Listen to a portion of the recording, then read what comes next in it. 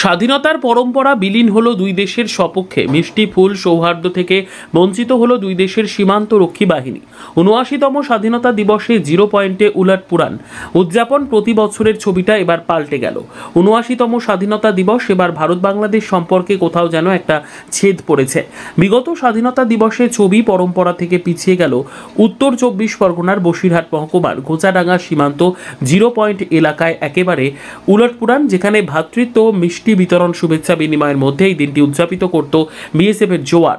সেখানে অন্য ছবি দেখা গেল সীমান্তে। শুধুমাত্র দুই দেশের শুল্ক দপ্তরের আধিকারিকদের মধ্যে মিষ্টি বিনিময় ছাড়া আর কিছুই দেখা গেল না। বিএসএফ ও বিজিবি দুই দেশের সীমান্তরক্ষী বাহিনীর মধ্যে কোনো স্বাধীনতা সংগ্রামের শুভেচ্ছা, মিষ্টি, একে অপরের মধ্যে আলিঙ্গন, সবটাই মনের মধ্যে থেকে গেল, কেউ এগিয়ে আসলো না। প্রতি বছরের স্বাধীনতা দিবসের ছবিটা এই বছরে পাল্টে গেল। সাম্প্রতিককালে ইউনিক সরকারের সঙ্গে মোদী সরকারের সম্পর্ক নিয়ে বারবার টানাপোড়েন দেখা গেছে বিভিন্ন সময়। তার জন্য গিয়ে এবছরের স্বাধীনতা দিবসে বিলীন হয়ে গেল বুঝিয়ে বসিরহাট ঘোচাডাঙ্গা সীমান্তে ক্লিয়ারিং ও ফরওয়ার্ডিং সম্পাদক সঞ্জীব মণ্ডল সহ তার সদস্যরা এদিন অফিসের সামনে ঘোচাডাঙ্গায় ৭৯তম স্বাধীনতা দিবসের পতাকা উত্তোলন করে একে অপরের মধ্যে মিষ্টিমুখ করেন। ভারতীয় সীমান্তরক্ষী বাহিনী ১০২ নম্বর ব্যাটালিয়ন ও বর্ডার গার্ড বাংলাদেশ এবার এই দুই দেশের মধ্যে কোনো স্বাধীনতা দিবসের সেই ছবি আর দেখা